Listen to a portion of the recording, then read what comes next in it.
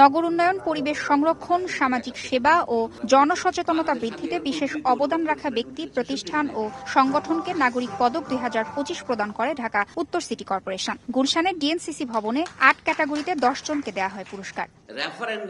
মূল প্রবন্ধ উপস্থাপন করে আহমদ সফার কবর, তুরাগপাড় থেকে বুদ্ধিজীবী কবরস্থানে স্থানান্তরের আহ্বান জানান অধ্যাপক সলিমুল্লাহ খান। নগর সংস্কারে নাগরিকদের আরও বেশি সম্পৃক্ত হওয়ার আহ্বান জানান ডিএনসিসি প্রশাসক। বাংলাদেশে একটা রাষ্ট্র হয়েছে, এখানে মুক্তিযুদ্ধ বলে একটা ঘটনা ঘটেছে, সেটাকে পাশ কাটিয়ে বাংলাদেশের ভবিষ্যৎ রচনার যে কোনো স্বপ্নই ব্যর্থ হতে বাধ্য। 5 আগস্টের পরিবর্তনে আমি বলবো আমাদের হওয়া ছিল যুগান্তকারী, কিন্তু এটা যুগের অন্ত ঘটায় নাই। আবারও একই যুগ চলছে কিনা আপনারা বিচার করবেন। দিস ইজ এ চ্যালেঞ্জ যে আমরা যে সার্ভিসগুলো 24/7 দেই দুই সিটি কর্পোরেশন মিলে, এই সার্ভিসগুলো কি একার পক্ষে কিংবা শুধুমাত্র সরকারের পক্ষে দেওয়া সম্ভব কিনা, এটা ওভার স্যাচুরেটেড। ভোগান্তি ভুলে চলে আসুন রিগালে, ওয়ারেন্টি সহ স্টাইলিশ কালেকশন নিয়ে রেডি রিগাল ফার্নিচার। অনুষ্ঠানে সংস্কারের পক্ষে গণভোট দেওয়ার আহ্বান জানান পরিবেশ উপদেষ্টা সৈয়দা রিজওয়ানা হাসান। একই বিষয়ে কথা বলেন শিল্প উপদেষ্টা আদিলুর রহমান খান। একই দিনে যে দ্বিতীয় ভোটটা দেবেন সেটা হচ্ছে গণভোট।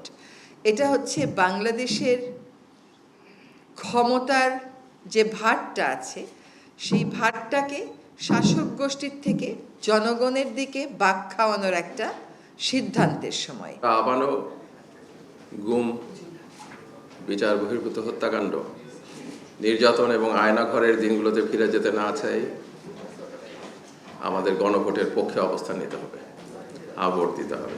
আধিপত্যের কাছে বাংলাদেশ আর মাথা নত করবে না বলেও মন্তব্য করেন দুই উপদেষ্টা। তাসনিয়া নিশাত, মিম, সময় সংবাদ, ঢাকা।